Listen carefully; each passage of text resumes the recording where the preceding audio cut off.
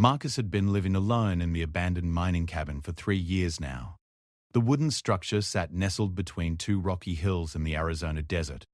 Miles away from any town or settlement, he had stumbled upon this place during his darkest hour, when the weight of civilization had become too much to bear. The death of his wife Sarah in a car accident had shattered his world completely. Their dreams of starting a family, buying a house, growing old together, everything had vanished in an instant on that rainy Tuesday evening. The cabin had been left behind by miners from the 1800s, but Marcus had slowly made it livable again. He fixed the roof with metal sheets he found scattered around the property. The old stone fireplace still worked perfectly, keeping him warm during the cold desert nights. A small creek ran behind the cabin, providing fresh water year-round. He had learned to catch fish with makeshift traps and gathered edible plants that grew wild in the desert. Marcus spent his days reading old books he had brought from his previous life, writing in a leather journal, and maintaining the cabin. The isolation had changed him dramatically. His once clean-shaven face now bore a thick, unkempt beard. His hair had grown long and wild. His clothes were patched and worn, but they served their purpose. The silence of the desert had become his closest companion. On most mornings, he would sit on the small porch he had built and watch the sunrise paint the desert in shades of orange and gold. The beauty was breathtaking, but it also reminded him of how Sarah used to love watching sunrises. She would wake up early just to see the sky change colors. These memories both comforted and tortured him. Marcus had deliberately chosen this remote location to avoid human contact. The nearest town was 40 miles away, accessible only by a rough dirt road that most vehicles couldn't navigate. He had walked that distance only twice in 3 years, both times to buy essential supplies he couldn't make or find himself. The store owner in town remembered him as the strange hermit who paid in cash and spoke very little. The desert around his cabin was harsh but beautiful. Tall saguaro cacti stood like ancient sentinels, some reaching heights of 30 feet or more. Prickly pear cacti dotted the landscape with their flat paddle-shaped segments. During spring, the desert would explode with wildflowers, purple lupines, yellow brittlebush, and bright red Indian paintbrush. Marcus had learned to appreciate these small miracles of nature. Wildlife was abundant if you knew where to look. Coyotes would howl in the distance during full moon nights. Roadrunners would dart between the brush, chasing lizards and insects. Hawks circled overhead during the day, searching for prey. At night, owls would call from hidden perches. Marcus had even spotted a family of javelinas, wild pig-like animals, that would occasionally visit the creek behind his cabin. The Apache reservation was somewhere to the east, though Marcus had never ventured in that direction. He knew the area was rich with Native American history. Sometimes he would find old pottery shards or arrowheads while walking, remnants of people who had lived on this land for centuries before European settlers arrived. He always left these artifacts where he found them, feeling they belonged to the desert. His daily routine had become sacred to him. Morning coffee made over the fire, checking his small vegetable garden that he had managed to establish near the creek, reading for several hours, writing in his journal about his thoughts and observations, and evening walks to watch the sunset. The routine gave structure to his solitary existence and helped to keep dark thoughts at bay. Marcus had built several improvements to the property over the years. A small shed housed his tools and supplies. He had constructed a rainwater collection system using tarps and barrels. His vegetable garden, though modest, produced enough tomatoes, beans, and squash to supplement his diet. He had even managed to keep a few chickens in a coop he built from salvaged materials. The nearest neighbors, as far as he knew, were at least 20 miles away in any direction. This isolation was exactly what he had sought when grief had driven him from his old life in Phoenix. The corporate job, the suburban house, the social obligations, none of it had meaning after Sarah died. Out here, survival was simple and honest. Find food, maintain shelter, stay healthy. There were no complicated relationships to navigate or social expectations to meet. During the long winter evenings, Marcus would read by firelight. He had brought boxes of books with him, classics, philosophy, survival guides, and history books about the American Southwest. Reading helped pass the time and kept his mind sharp. He particularly enjoyed books about Native American cultures and the history of the Apache people who had once dominated this region. The summer heat was brutal, with temperatures often exceeding 100 degrees during the day. Marcus had learned to be active during early morning and evening hours, resting in the shade during the hottest part of the day. He had insulated parts of the cabin to keep it cooler, and had dug a small root cellar where he could store food and keep cool during extreme heat. Water was always a concern in the desert, but the creek had never run dry during his 3 years there. He had dug a deeper pool upstream from the cabin to ensure a reliable supply. The water was clear and cold, fed by underground springs that emerged from the rocky hills. Fish were small but plentiful, and he had become skilled at catching them with simple traps made from wire and wood. Marcus had no contact with the outside world. He owned no phone, radio, or any electronic devices. He had deliberately cut all ties with his former life. His sister Jennifer had probably filed a missing person report years ago, but he had covered his tracks well. He had sold his house, closed his bank accounts, and left no forwarding address. As far as the world was concerned, Marcus Thompson had simply vanished. The loneliness was sometimes overwhelming, especially during the first year. There were nights when he would cry himself to sleep, calling out Sarah's name to the empty desert. But gradually, the pain had become more manageable. The isolation had forced him to confront his grief directly, without the distractions and numbing activities that modern life provided. In some ways, he felt more connected to Sarah's memory out here than he ever had in the city. His physical condition had actually improved during his time in isolation. The daily physical work of maintaining the cabin, gathering food, and hiking in the desert had made him stronger and leaner than he had been in years. His hands were calloused and weathered, but they were capable hands that could fix almost anything around the homestead. The nights were often the most challenging time. Without artificial lights, darkness came completely with sunset. The silence could be deafening, broken only by the sounds of desert wildlife. But Marcus had learned to appreciate the incredible star-filled sky that was visible away from city lights. The Milky Way stretched across the heavens like a cosmic river, and shooting stars were common sights. He had developed an almost supernatural awareness of his environment. Living alone in the wilderness had sharpened his senses dramatically. He could identify different bird calls, track animal movements by their signs, and predict weather changes by observing cloud formations and wind patterns. These skills had developed naturally through necessity and constant observation. On this particular morning in early autumn, Marcus noticed something different. The usual desert sounds seemed muted, and there was a strange energy in the air that he couldn't quite identify. As he sat on his porch drinking coffee and watching the sunrise, he felt an odd sensation that he was being watched. He scanned the horizon carefully but saw nothing unusual. Still, the feeling persisted throughout the morning as he went about his normal routine. The feeling of being watched continued for 3 days before Marcus finally saw them. He was returning from checking his fish traps at the creek when movement on the ridge caught his eye.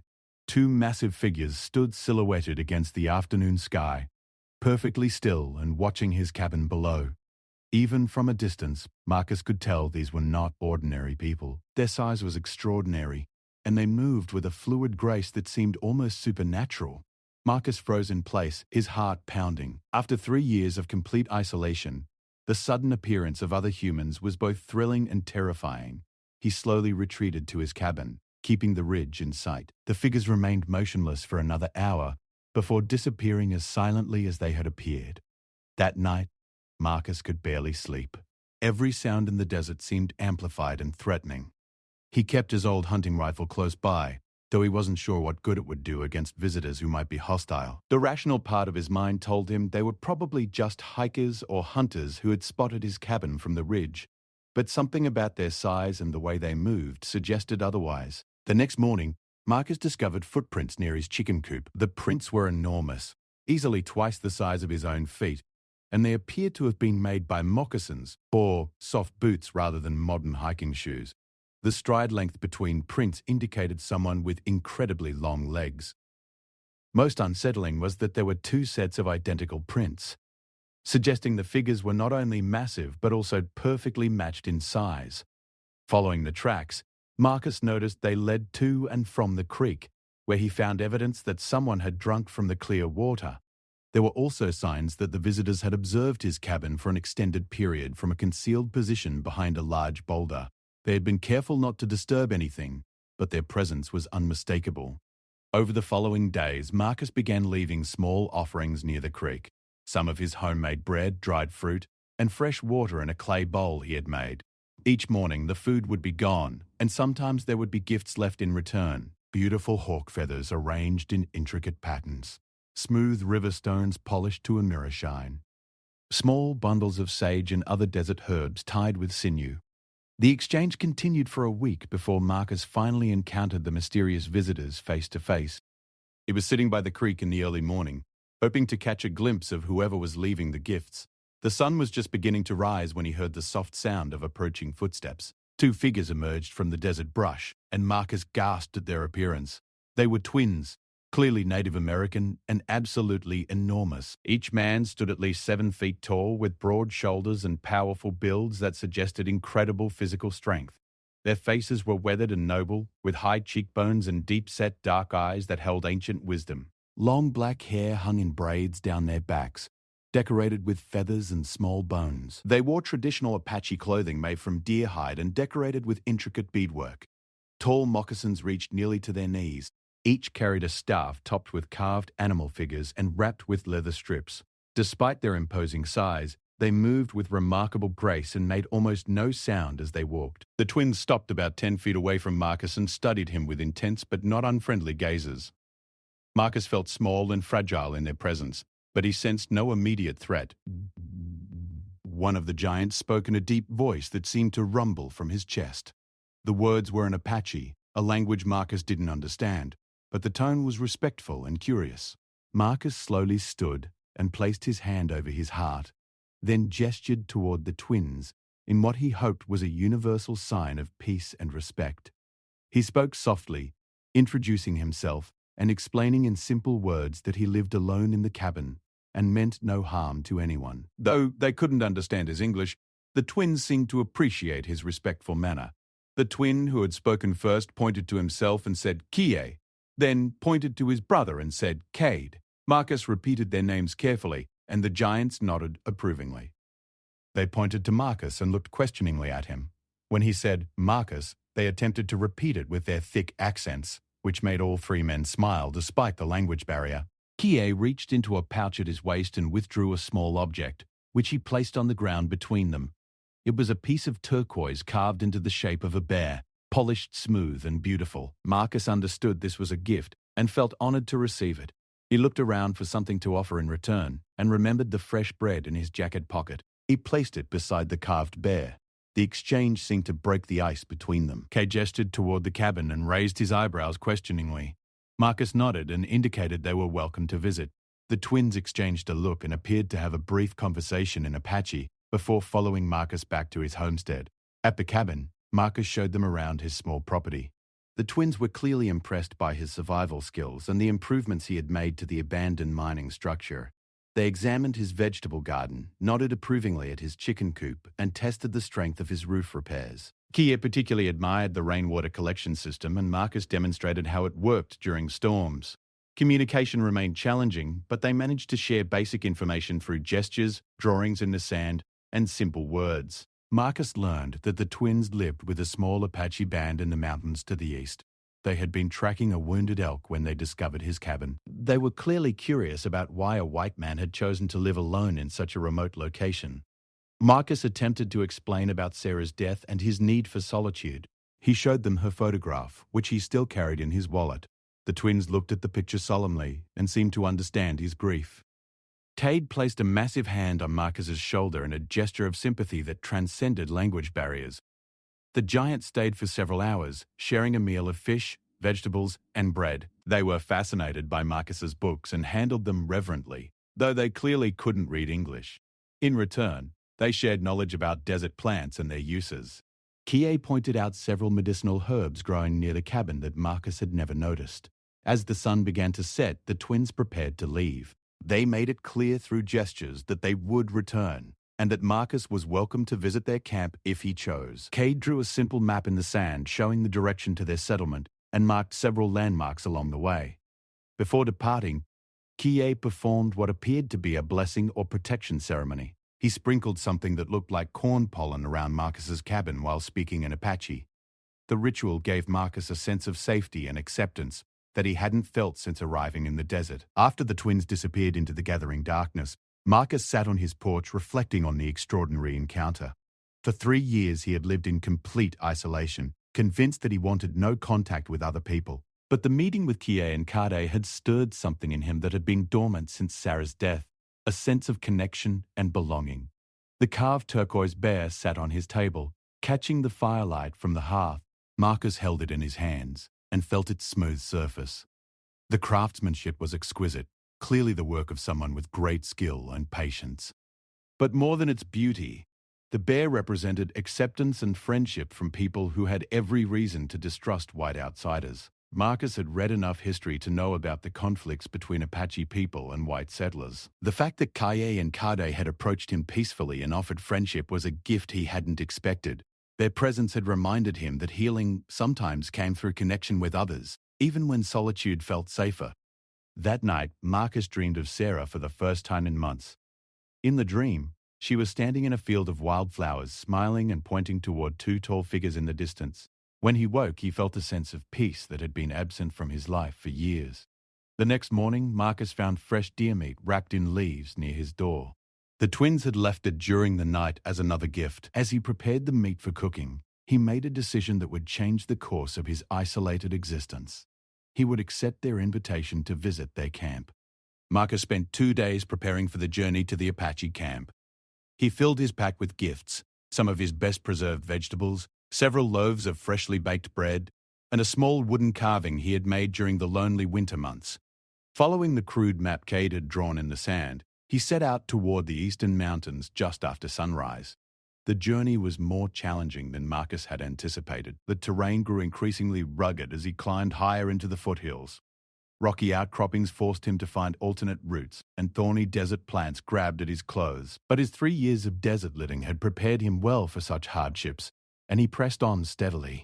After walking for most of the day, Marcus began to wonder if he had misunderstood the directions. The landscape all looked similar, and he worried he might be lost. Just as doubt began to creep in, he heard the distinctive sound of someone chopping wood echoing from a canyon ahead. Following the sound, he discovered a narrow passage between two cliff faces that opened into a hidden valley. The Apache camp was unlike anything Marcus had imagined. Instead of the teepees he expected from old Western movies, he found a sophisticated settlement of traditional Apache wickiups, dome-shaped structures made from wooden poles covered with brush and hides. Smoke rose from several fires, and he could see gardens planted with corn, beans, and squash growing in the fertile valley floor. But what struck Marcus most forcefully was the people themselves. Nearly everyone in the camp was extraordinarily tall and powerfully built. Men and women alike possessed the same impressive stature as the twins, though Kie and Kade were clearly among the largest. Children playing near the wickiups were already taller than most adults Marcus had known in his former life. As he approached the camp, several people noticed him and gathered to watch his arrival. Their expressions were curious but not hostile. Marcus could see that word of his existence had already spread throughout the community. Children pointed at him and whispered excitedly among themselves. Kie emerged from one of the larger wickiups and greeted Marcus with obvious pleasure. He called out something in Apache, and soon Cade appeared as well. The twins approached with broad smiles and welcomed Marcus with enthusiastic gestures. Other members of the band began gathering around to meet the white hermit they had heard about. An elderly woman who was clearly a respected leader stepped forward. Despite her advanced age, she stood nearly as tall as the twins and carried herself with regal dignity. Her grey hair was braided with intricate beadwork, and her dark eyes held depths of wisdom and experience. Kie spoke to her rapidly in Apache, occasionally gesturing toward Marcus. The old woman studied Marcus intently for several long moments before nodding approvingly. She said something to the twins, who translated through gestures that she was the band's grandmother and spiritual leader. Her name, they indicated, was Maria, though Marcus suspected this was a name adopted for his benefit, rather than her true Apache name. Maria approached Marcus and placed weathered hands on his shoulders, looking directly into his eyes. He felt as though she was seeing into his soul, reading the grief and loneliness he had carried for so long. After a moment, she spoke in heavily accented but clear English, her first words catching him completely off guard. "You have been alone too long, Marcus Thompson. The desert spirits told us you would come eventually. Your heart is wounded, but it can heal among people who understand loss." Marcus stared at her in amazement, both at her ability to speak English and her knowledge of his full name. Seeing his confusion, Maria smiled gently and explained that she had attended government schools as a child and learned English, though she rarely used it. As for his name, she said the spirits had revealed many things about him during her dream visions. The next several hours passed like a wonderful dream. Marcus was welcomed into the community with warmth and genuine hospitality. He shared his gifts, which were received with appreciation and respect. In return, the Apache people showed him aspects of their culture that few outsiders had ever witnessed. The twins took him on a tour of the entire settlement. The camp was much larger than it had initially appeared, with wickiups scattered throughout the valley and connected by well-worn paths. They showed him workshops where skilled craftspeople created beautiful pottery, woven baskets and intricate beadwork. Gardens flourished in areas with the best soil and water access. Most fascinating were the stories about the band's history. Through a combination of Maria's English, the twins' gestures, and drawings in the sand, Marcus learned that this group represented descendants of Apache people who had avoided forced relocation to reservations in the late 1800s. They had hidden in these remote mountains for generations, maintaining traditional ways of life while the outside world changed around them. The unusual height of the people was explained as a genetic trait that had become concentrated in their isolated population. Maria told him that their ancestors included several Apache warriors of legendary size and strength, and these characteristics had been passed down through careful marriage within families known for producing large children. As evening approached, the entire band gathered for a communal meal around a large central fire. Marcus was given a place of honor near Maria and the twins.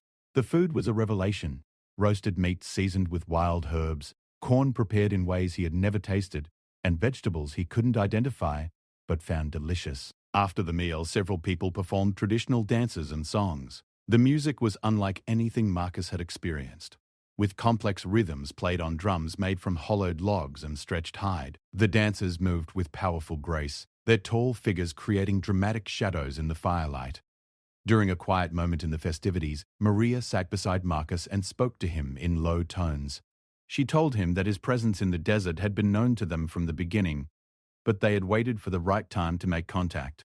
His grief and need for solitude had been respected, but now the spirits indicated he was ready for human connection again. "The desert teaches many lessons," Maria said, her weathered face serious in the firelight. "But one lesson it cannot teach is how to live among people again. You have learned to survive alone, Marcus Thompson, but humans are meant to live in community. Your wife would not want you to remain isolated forever." Her words struck Marcus with unexpected force. For 3 years he had convinced himself that isolation was what Sarah would have wanted for him, that their love was so perfect it couldn't be shared with anyone else. But Maria's gentle wisdom made him realize that Sarah's love had always included encouraging him to connect with others and find joy in relationships. The elderly Apache woman continued speaking, telling him that their band had survived because they supported each other through all hardships. Individuals might face terrible losses. Children might die, hunters might be killed, drought might threaten their survival, but the community provided strength that no person could find alone. As the evening progressed, Marcus felt walls inside himself beginning to crumble. The laughter of children playing near the fire, the animated conversations among the adults, the sense of belonging and acceptance, all of it stirred emotions he had kept buried for years. He found himself actually laughing at the twins' attempts to communicate complex ideas through elaborate gestures. When the time came for sleep, Marcus was offered a place in one of the guest wickiups. The structure was surprisingly comfortable and warm, with thick furs and woven blankets providing bedding. As he lay in the darkness listening to the quiet sounds of the sleeping camp, Marcus felt a profound sense of peace. The next morning brought new experiences and deeper connections. Maria invited him to join her in gathering medicinal plants, sharing knowledge that had been passed down through generations of Apache healers. The twins taught him traditional hunting techniques and showed him how to track animals by reading signs in the earth that he had never learned to interpret. Children in the camp were particularly drawn to Marcus, perhaps because his size made him less intimidating than the adults. They taught him basic Apache words and laughed delightedly at his pronunciation attempts. Playing simple games with them reminded Marcus of his own childhood joys that he had forgotten during his years of grief. As his visit stretched into several days, Marcus began to understand that the Apache people were offering him something more than temporary hospitality. They were extending an invitation to join their community permanently if he chose. The idea was both appealing and terrifying, representing a complete departure from the isolated life he had constructed. On his final evening in the camp, Maria presented Marcus with a gift that took his breath away. It was a necklace made from polished stones and silver, with a central pendant featuring the same bear design as the turquoise carving Kia had given him. But more meaningful than the beautiful craftsmanship was what Maria told him about its significance. "This bear represents strength and healing," she explained as she placed the necklace around his neck. "It also represents the choice between walking alone or walking with others.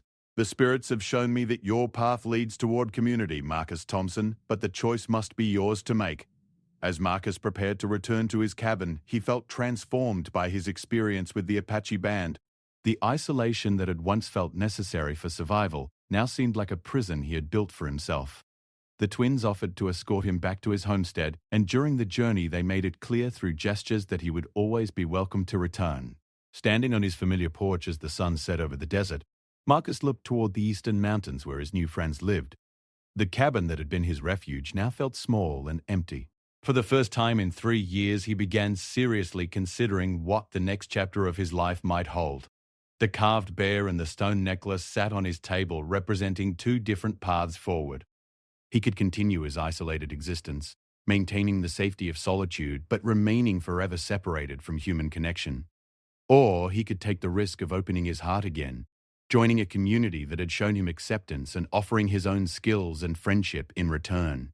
As Marcus wrote in his journal that night, he realized that his encounter with the gigantic twins had changed everything. They had shown him that healing didn't require perpetual solitude, and that honoring Sarah's memory might actually mean embracing life and relationships again rather than hiding from them. The desert stars shone overhead as brightly as ever, but now they seemed to be pointing toward possibilities rather than simply marking the passage of lonely time. Marcus fell asleep holding the bear carving, dreaming not of the past but of a future that might include both solitude and community, independence and belonging, grief and healing all woven together like the intricate patterns in Apache beadwork.